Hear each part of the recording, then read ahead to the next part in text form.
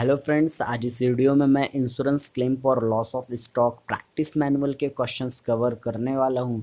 तो उम्मीद करता हूं कि दोस्तों आप लोगों ने मेरा इसके पहले का प्रीवियस वीडियो जिसमें मैंने बेसिकली पूरे कॉन्सेप्ट को एक्सप्लेन किया है, 24 मिनट का वेब वीडियो है। तो ये सॉल्यूशन की तरफ जाने से पहले, इस वीडियो को देखने से पहले आप वो 24 मिनट का कंप्लीट वीडियो देखिए। गारंटीड है कि आपको ये कॉन्सेप्ट बहुत आसानी से, बहुत ईजिली आपको समझ में आ जाएगा। तो चलिए दोस्तों, मैं शुरू करता हूँ आज का अपना video insurance claim for loss of stock के ऊपर। तो मैं आज चर्चा करूँगा सिर्फ लॉस ऑफ स्टॉक की। तो आप रेफरेंस के तौर पर अपने साथ पढ़ने के लिए प्रैक्टिस मैनुअल रख सकते हैं। तो मैं डायरेक्ट प्रैक्टिस मैनुअल के क्वेश्चंस पे आता हूँ। ये सारे बेसिकली उसके कॉन्सेप्ट्स दिए गए हैं। तो मैं डायरेक्टली दोस्तों क्वेश्चन पर आता हूँ। हाँ, मैं क्वेश्चन पर आ चुका हूँ। क्वेश्चन में फटाफट पढ़कर मैं आपको उसका क्या सॉल्यूशन करना है, कैसे सॉल्यूशन करना है, वो सारी चीज़ें बताऊंगा। बहुत ज़्यादा समय नहीं लूँगा क्योंकि आप ये वीडियो को बहुत लंबे समय तक देख नहीं पाओगे, क्योंकि इसमें आपको सिर्फ एक स्टडी मटेरियल प्रैक्टिस मैनुअल आपको दिख रहा है, ना मेरा कोई फेस दिख रहा है। तो किसी को सुनना एक बहुत बड़ा एक टफ चैलेंज होता है किसी के लिए भी। तो मैं बहुत ज़्यादा देर तक के आप लोगों का टाइम नहीं लूँगा, जल्दी जल्दी सारे कॉन्सेप्ट को करने की कोशिश करूँगा दोस्तों क्वेश्चन नंबर 2 में लिखा है mister A prepares account on 30 September each year. मतलब साल समाप्त होता है 30 सितंबर को हर साल। ये डेट कुछ भी हो सकती है। इट माइट बी 31 जुलाई, 31 दिसंबर, 31 मार्च। तो बेसिकली 31 मार्च या दिसंबर के नॉर्मली क्वेश्चन आते हैं, बट ऐसा नेसेसरी नहीं है, कुछ भी आ सकता है।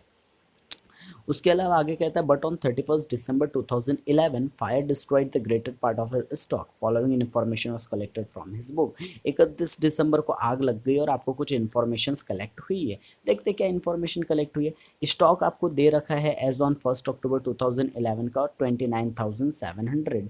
इट मीन्स ये जब आग लगी उस ड्यूरेशन का। तो दोस्तों आग कब लगी? 31 दिसंबर को। आपका साल शुरू कब हुआ? 1 अक्टूबर को। तो 1 अक्टूबर 2011 से लेकर 31 दिसंबर 2011 के बीच का ये जो गैप है, ये जो ड्यूरेशन है, वो कहलाता है मेमोरेंडम ट्रेडिंग अकाउंट। तो यहाँ आपको ट्रेडिंग अकाउंट बनाना है, मेमोरेंडम ट्रेडिंग अकाउंट बनाना है। तो आप पर क्वेश्चन पे डिपेंड करता है।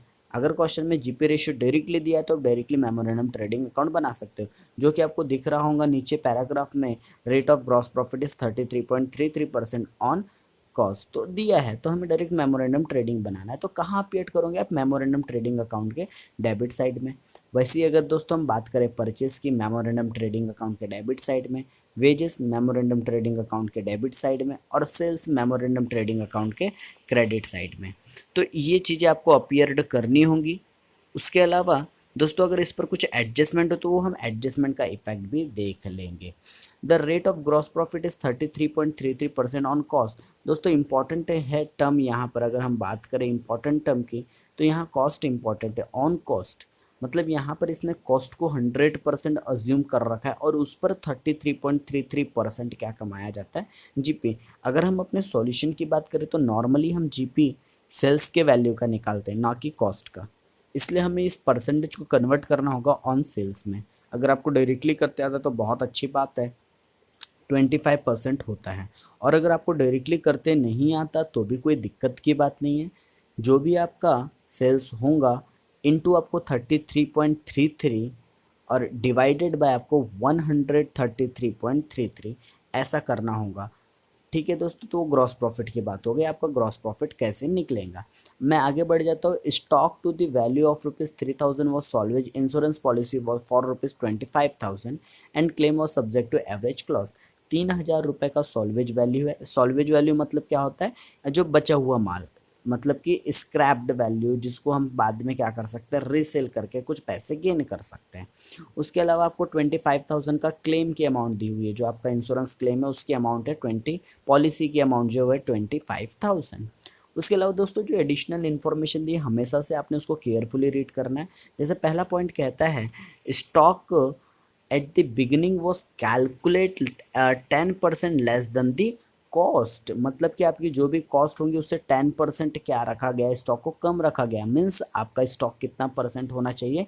90%। तो अगर आपका स्टॉक 90% है तो आपको उसको कन्वर्ट करना होगा नॉर्मल वैल्यू पर।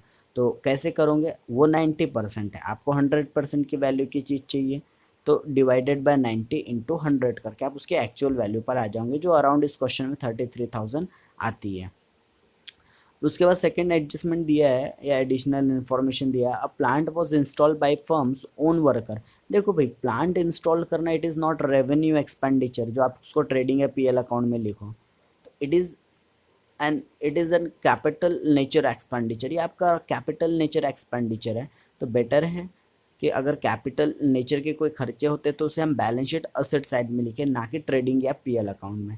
तो आपको करना क्या होगा, जो भी वेजेस का खर्चा था 500 रुपीज़, वो आपको वेजेस में से उतना क्या करना पड़ेगा, माइनस करना पड़ेगा। वहाँ लिखा है he was paid ₹500 which was included in wages, तो भाई इंक्लूड नहीं करना है, उसे क्या करना है, एक्सक्लूड, क्योंकि वो प्लांट मीन्स कैपिटल नेचर का खर्चा है, जबकि ट्रेडिंग अकाउंट में हमेशा रेवेन्यू नेचर के एक्सपेंसेस आते हैं। तो 500 क्या करना है आपको, माइनस। उसके अलावा एक नेक्स्ट एडजस्टमेंट है, purchase include the purchase of the plant for ₹5,000। तो परचेस इंक्लूड, परचेस में जुड़ा हुआ है क्या, परचेस ऑफ द प्लांट। तो अगेन प्लांट खरीदना it is a capital nature, तो कैपिटल नेचर की चीज़ें हैं तो उसे क्या करो, आप माइनस कर दो, और जो नॉर्मल रेवेन्यू नेचर के जो परचेस है उसे आप अपने कहाँ लिखो, परचेस बुक में रिकॉर्ड करो या परचेस के नाम से उसकी एंट्री करो। तो आपको 5,000 परचेस में से क्या करना होगा, माइनस करना होगा। आगे लिखा you are required to calculate the claim for the loss of stock. तो चलिए दोस्तों शुरू करते हैं सॉल्यूशन।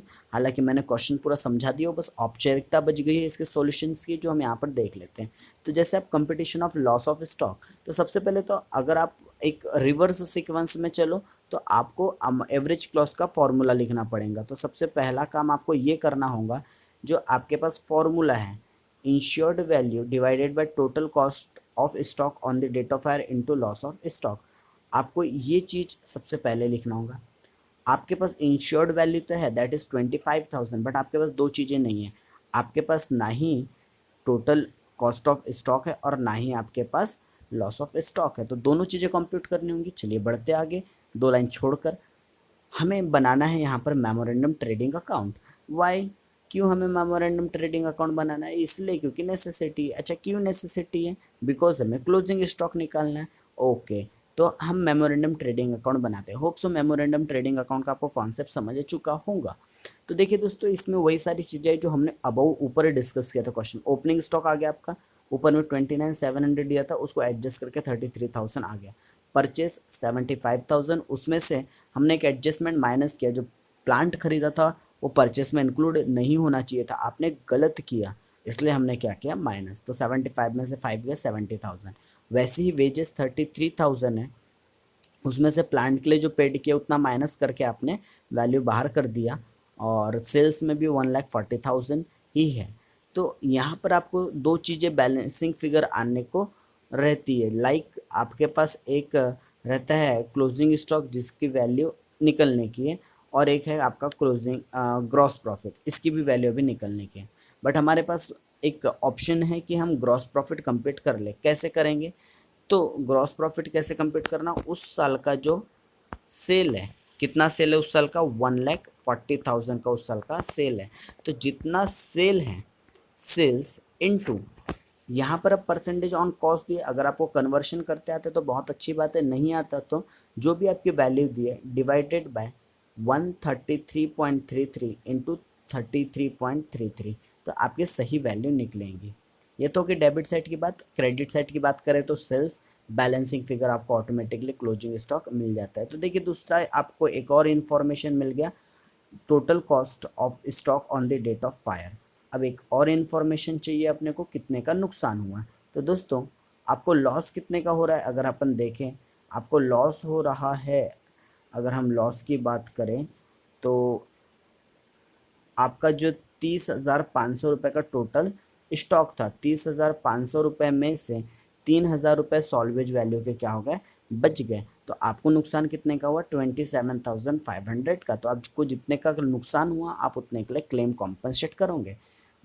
ओके दोस्तों, तो आपके पास टोटल स्टॉक था 30,500 रुपीज़ का at the time of fire, उसमें से 3,000 के सामान बच गई, तो लॉस कितने का हुआ, 27,500 का।